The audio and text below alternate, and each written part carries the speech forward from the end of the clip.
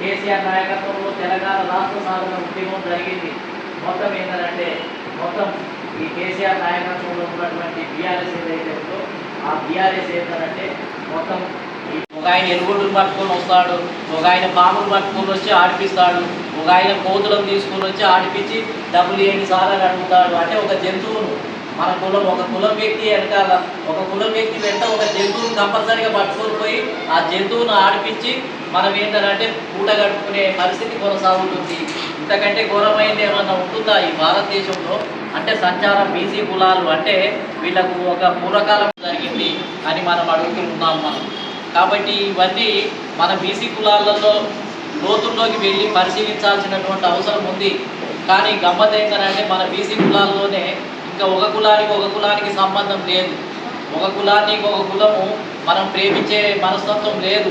అది ఏ రకంగా తయారైందో ఏమో కానీ గౌండోళ్ళు అని అంటే ఇక గౌండోళ్ళే, యాదవులు అని అంటే యాదవులే, పద్మశాలీలు అంటే పద్మశాలీలే. వీళ్ళు వాళ్ళకు ఓటేసుకోరు, వాళ్ళు వీళ్ళకు ఓటేసుకోరు. పేరుకు మాత్రమే ఇవన్నీ ఒక జాబితాలో బీసీ కులాలుగా చేర్చబడ్డాయి. కానీ వీళ్ళకు వాళ్ళు ఓట్లేరు, వాళ్ళకు వీళ్ళు ఓట్లేరు. బీసీ కులాలకు ఓట్లేరు. ఎక్కువ జనాభా ఉన్న బీసీ కులాలు ఎంబీసీ కులాలకు అయ్యారు. అంటే ఒకరికొకరికి ఓట్ల సంబంధం లేదు, ప్రేమ సంబంధం లేదు, పెళ్లి సంబంధం లేదు. ఎవరంతటా వాళ్ళే ఉంటారు.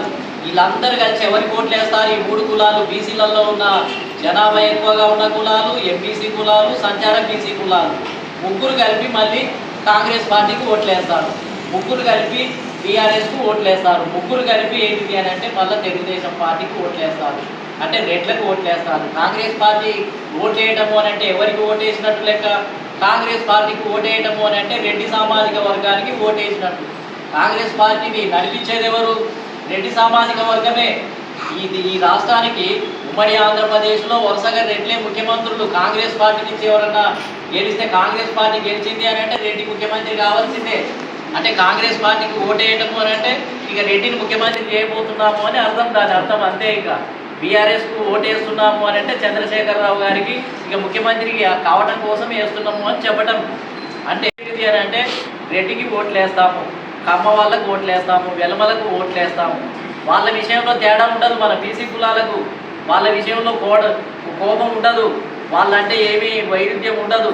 మళ్ళీ యాదవులు, గౌడులు, గుజరాతులు, మున్నూరు కాపులు, మాలలు, మాదిగలు వీళ్ళు వేసుకోవాలి అంటే వీళ్ళకా ఓటేసేది అని ఎగాదిగా చూస్తారు. ఎవరికినా అని ఎగాదిగా చూస్తారు. ఈయనకి వేయాలా వద్దా అని నానా రకాల గుసగుసలు గసగసలు పెట్టి మొత్తం రకరకాల చర్చ జరుగుతుంది. కానీ ఒక రెడ్డికి వేయాలన్నప్పుడు గుండుగుత్తగా అందరికి ఏం తేడా ఉండదు. అందరు కలిసి కట్టకట్టుకొని పోయి ఇక ఏమన్నా చేయగలిగితే ఈ రెడ్డే చేస్తుంటే ఇక వేరే వాళ్ళకి శాతకారులు అన్నట్టుగా పోయి మొత్తం ఏంటంటే కనపడ్డ రెడ్డికల్లా ఓటేసే విధంగా మన ఆలోచన విధానాన్ని అట్లా తయారు చేయడం జరిగింది. ఈ ఆలోచన విధానాన్ని మార్చడం కోసమే మరి ఈ సంఘం పెట్టుకొని మనం ప్రయత్నం చేస్తున్నాం. మనం ఎల్లకాలం కాంగ్రెస్ పార్టీకి ఓటేస్తే ఎల్లకాలం రెడ్లే ముఖ్యమంత్రులు అవుతున్నారు, ఇక్కడ రెడ్డే ఎమ్మెల్యే అవుతూ ఉన్నాడు. మరి దాన్ని మార్చాల్సిన బాధ్యత మరి ఒంటరికి ఒకసారైనా ఈ రాష్ట్రము మనది, ఈ తెలంగాణ రాష్ట్రము అనేది మనది, ఎవరిదో కాదు, పరాయిది కాదు. మరి మన రాష్ట్రం అయినప్పుడు మన ఎంపీ నాయకుల నుంచి ఒకరన్నా ఎమ్మెల్యేగా గెలిచి ఆ అసెంబ్లీలో ఒక్కసారన్నా రజకుడు గెలిచి మొత్తం అసెంబ్లీలో కూర్చోవాలన్నా లేదా? ఆ విధంగా అసెంబ్లీలో కూర్చొని కులాలు 135 కులాల్లో దాదాపు 100కు పైగా కులాలు ఇప్పటి వరకు అసెంబ్లీ మొక్కలు చూడలేదు. మీరు హైదరాబాద్ పోయినప్పుడు ట్యాంక్ బండ్ చూస్తేందుకు, బుద్ధుని విగ్రహం చూస్తేందుకు, లేకపోతే అసెంబ్లీ కూడా చూస్తేందుకు పోతారు, బయట నుంచి చూసి వస్తారు. మీ రజకులు, నాయకులు, కుమ్మర్లు, కమ్మర్లు అందరూ కూడా హైదరాబాద్ చూస్తేందుకు పోయినప్పుడు అరే ఇది మన అసెంబ్లీ అయిపోయి బాగుంది అని చూపిస్తారు, సెక్రటేరియట్ అని చూస్తారు. అంటే ఇది మనం బయట ఉండి చూడటానికే, అది లోపలికి పోవడానికి కాదు. లోపలికి పోవాలంటే ఈ మహబూబ్నగర్లో ఉన్న రెడ్లు ఎమ్మెల్యేలుగా ప్రతి సంవత్సరం 6-7 మంది పోయి గెలిచిపోయి అట్లా కూర్చుంటున్నారు. అట్లా మన జిల్లాల నుంచి ఏ బీసీలు ఎవరు ఎంబీసీల నుంచి అయితే అసలు లేరు, సంచార బీసీలకు అయితే అసలు ఏమీ లేనటువంటి పరిస్థితి. అంటే బిల్డింగ్ చూసి రావడమే మనం చేయాల్సిందల్లా అసెంబ్లీని చూసి సంతోషపడాలి. ఓహో ఇది మన తెలంగాణ అసెంబ్లీ, ఇంట్లో ముఖ్యమంత్రి కూర్చుంటాడు, ఇంట్లో చట్టాలు తయారవుతాయి, శాసనాలు తయారవుతాయి అని మనం అనుకోవాల్సినటువంటి అవసరం ఉంది. ఆ రకంగా సంతృప్తి పడిపోతున్నాం మనం. కాబట్టి మరి ఇటువంటి పరిస్థితి ఇంకెంతకాలం కొనసాగాలి? కాబట్టి నేననేది ఏంటంటే పార్టీల ద్వారా అనేక ఉద్యమాలు కూడా జరుగుతూ ఉన్నాయి. నాకు తెలిసి మొత్తం ఏంటంటే స్వాతంత్రం వచ్చినప్పటి నుంచి చాలా పోరాటాలు, ఉద్యమాలు చేశాము అని చాలామంది చెప్పుకుంటూ ఉంటారు. ముందుగా 1946లో తెలంగాణ సాయుధ పోరాటం అని జరిగింది. ఆ తెలంగాణ సాయుధ పోరాటంలో దొరలకు వ్యతిరేకంగా, అదేవిధంగా పటేళ్లకు వ్యతిరేకంగా, జమీందారులు జాగీర్దారులకు వ్యతిరేకంగా, నిజాంకు వ్యతిరేకంగా పోరాటం జరిగింది. ఆ పోరాటం జరిగితే ఆ పోరాటంలో ఎవరు నాయకత్వం వహించారు అంటే మళ్ళీ పెద్ద రేట్లకు వ్యతిరేకంగా చిన్న రేట్లే నాయకత్వం వహించారు. పెద్ద రేట్లు, పెద్ద భూస్వాములు, పెద్ద గడీలకు వ్యతిరేకంగా చిన్న రెడ్లే నాయకత్వం వహించారు. బిఎన్ రెడ్డి అని, రావినారాయణ రెడ్డి అని, మద్దంబాల్ రెడ్డి అని, అదేవిధంగా అనేక మంది ఆరుట్ల రామచంద్రారెడ్డి అని ఈ తెలంగాణ సాయుధ పోరాటానికి పెద్ద రేట్లకు వ్యతిరేకంగా చిన్న రేట్లే పోరాటం చేశారు. పెద్ద దొరలకు వ్యతిరేకంగా చిన్న దొరలే పోరాటం చేసి తిరుగుబాటు చేసి మొత్తం ఏంటంటే భూములన్నీ కూడా ఆక్రమించుకుంటున్నట్టుగా మొత్తం ఒక పెద్ద పోరాటమే జరిగి సమానత్వం వచ్చినట్టుగా చిత్రీకరించడం జరిగింది. కాంగ్రెస్ పార్టీ ఏమో బ్రాహ్మణులు, రెడ్లు అందరు కలిసి కాంగ్రెస్ పార్టీ ద్వారా స్వాతంత్రం రాకముందు వచ్చిన తర్వాత కూడా కాంగ్రెస్ పార్టీలో బ్రాహ్మణ రెడ్డి వర్గాలు కబ్జా చేసి దాని ద్వారా ఏంటిది అని అంటే ఎమ్మెల్యే, ఎంపీ సీట్లు, భూములన్నీ కూడా కబ్జా పెట్టడం జరిగింది. అంటే ఏ ఉద్యమం వచ్చినా, తెలంగాణ సాయుధ పోరాటం వచ్చినా మన కింది వర్గాలకు భూములు ఏమి పంచబడలేదు, ఉద్యోగాలు ఏమి పంచబడలేదు, మనకు సమానత్వం ఏమి ఇవ్వడం జరగలేదు.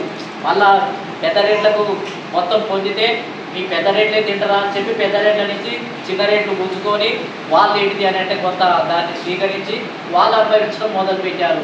కాబట్టి తెలంగాణ సాయుధ పోరాటం లాంటి దగ్గర నుంచి మొదలు పెడితే మళ్ళీ మొన్న జరిగినటువంటి ఏదైతే ఆంధ్ర వాళ్ళు వస్తే ఆంధ్ర వాళ్ళు, అక్కడ ఉన్న కమ్మ వాళ్ళు, అక్కడ ఉన్నటువంటి 2-3 అగ్ర కులాలే కొట్టగొట్టుకొని పోతున్నాయి, నీళ్లు, నిధులు, ఉద్యోగాలు అని మొత్తం ఏంటంటే మళ్ళీ తెలంగాణ ఉద్యమం తీయటం జరిగింది. ఎవరు తీశారు ఈ తెలంగాణ ఉద్యమం? బీసీలు తీసింది కాదు, లేకపోతే చెన్నారెడ్డి, లేకపోతే వాళ్ళ మొత్తం ఏంటంటే రెడ్డి సామాజిక వర్గం వాళ్ళే మొత్తం ఉద్యమం చేస్తే బీసీలు అంతా పెద్ద ఎత్తున నమ్మేసి ఈ తెలంగాణ వస్తే నిజంగానే మనకు కూడా ఉద్యోగాలు వస్తాయి, ఎమ్మెల్యే సీట్లు వస్తాయి, ముఖ్యమంత్రి పదవులు వస్తాయి, నామినేటెడ్ పదవులు వస్తాయని నమ్మి ఏదైతే రెడ్లు నాయకత్వం వహిస్తే తెలంగాణ ప్రజా సమితి అని 1969లో స్థాపించి ఎన్నికలలో పోటీ చేస్తే 10 మంది ఎంపీలు గెలుపొందడం జరిగింది పెద్ద ఎత్తున. మొత్తం గెలిపోతే అల్లకల్లోలం అయిపోయింది మొత్తం రాష్ట్రం అంతా కూడా. కానీ అంతకుముందే ఎమ్మెల్యేలుగా, ఎంపీలుగా మొత్తం గెలుపొందినటువంటి వాళ్ళంతా కూడా ఏంటిది అంటే మొత్తం అగ్రకులాలకు సంబంధించినటువంటి వాళ్ళే కొనసాగడం జరిగింది. కాబట్టి టీఆర్ఎస్ వరకు కూడా ఏంటి అంటే ఏ ఉద్యమం వచ్చినా ఈ ఉద్యమాలన్నీ అగ్రకులాలకు ప్రయోజనాలుగా మారిపోయి అవకాశాలు, ఒకరికి ఎమ్మెల్యే టికెట్ వస్తేనో ఒకరికి ఏదో పదవి వస్తేనో మారదు. కాబట్టి మేము స్థిరమైనటువంటి సిద్ధాంతాన్ని కలిగి ఉన్నాం. అదే బీసీ కులాల ఐక్యవేదిక తీసుకున్న స్థిరమైనటువంటి నిర్ణయం ఏంటంటే ఓన్లీ రాజ్యాధికారంతో మాత్రమే మారుతుంది. అది రాజ్యాధికారం రావడం అన్నది కులగోడల పైన నిర్మించబడినటువంటి ఈ వ్యవస్థలో 1-2 కులాలు నడుపుతున్నప్పుడు ఇన్ని కులాలకు ఇంత పెద్ద జనాభా 60% పైగా మహబూబ్నగర్ జిల్లాలో 50% దగ్గర 50,000 ఓట్లు గుజరాత్లో ఓట్లు మహబూబ్నగర్ కాన్స్టిట్యూన్సీ, మొత్తం కాన్స్టిట్యూన్సీ, నారాయణపేట కాన్స్టిట్యూన్సీ ఇట్లా కులాల వారీగా ఇస్తే ఒక్కొక్క కాన్స్టిట్యూన్సీలో ఆ కులం ఒకటి ఓటేసుకుంటే ఎమ్మెల్యే గెలిచే పరిస్థితులు ఉన్నాయి. ఇవి ప్రజలకు అర్థం చేయిస్తే చాలు. ఖచ్చితంగా మన అధికారంలో వస్తాము.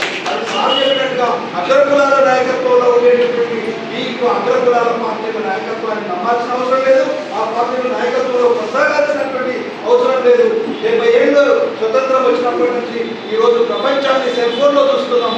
కాబట్టి మనం నేర్చుకోవాల్సింది, సమాజానికి నేర్పాల్సింది ఏంటంటే సార్ చెప్పినట్టుగా ఉత్తరాది రాష్ట్రాల్లో తీసుకున్న నిర్ణయం దాకా మన ఓటు మనమే వేసుకుందాం, మన పిల్లలకి నేర్పాలి. వాళ్ళు దొంగల వాళ్ళకి ఓటు వేయకుండా మనం అమ్ముడు పోవాల్సినటువంటి అవసరం లేదు.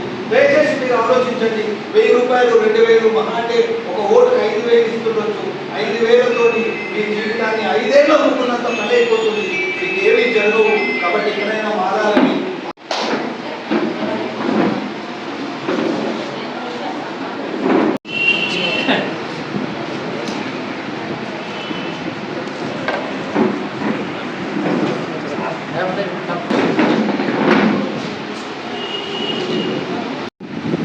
ఈరోజు తెలంగాణ బీసీ కులాల ఐక్యవేదిక ఆధ్వర్యంలో మరి మాండు యాదవ్ గారి అధ్యక్షతన సదస్సు జరిగింది.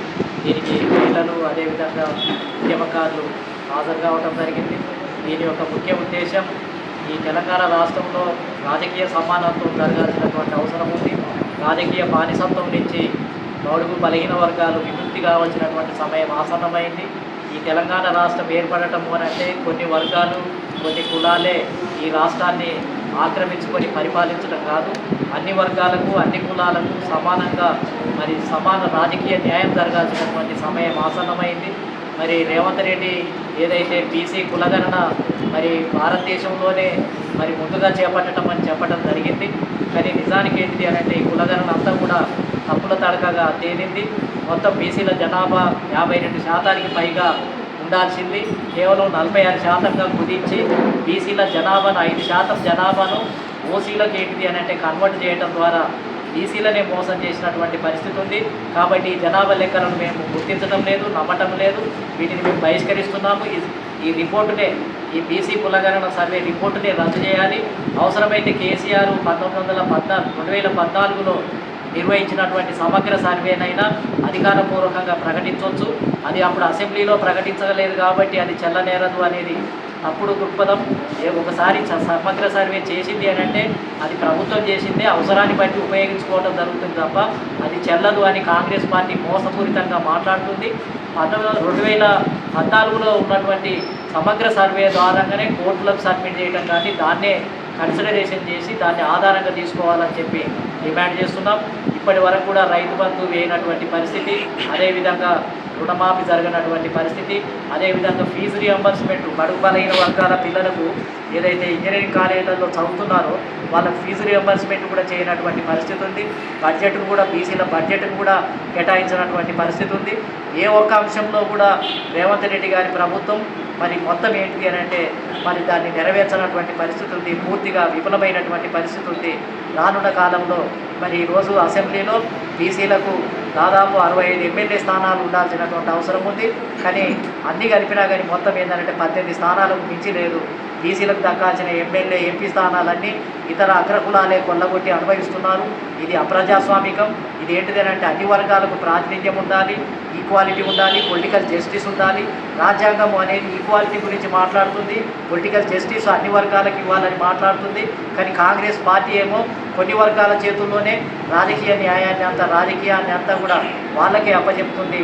రాహుల్ గాంధీ రాజ్యాంగాన్ని జేబులో పెట్టుకొని తిరుగుతున్నాడు, చిన్న పుస్తకాన్ని. కానీ ఇక్కడనేమో 1-2 వర్గాలే కాంగ్రెస్ పార్టీ ద్వారా రాజ్యాన్ని పరిపాలిస్తున్నాయి. ఆయనేమో రాజ్యాంగం గురించి మాట్లాడుతున్నాడు, ఇక్కడనేమో రాజరికం నడుస్తుంది, ఒకే కులం. ఇది ఎట్లా సాధ్యం? కాబట్టి దీన్ని సరి చేసుకోవాల్సినటువంటి అవసరం ఉంది. కాబట్టి మహబూబ్నగర్ జిల్లాలో మొత్తం సదస్సులను నిర్వహిస్తాం.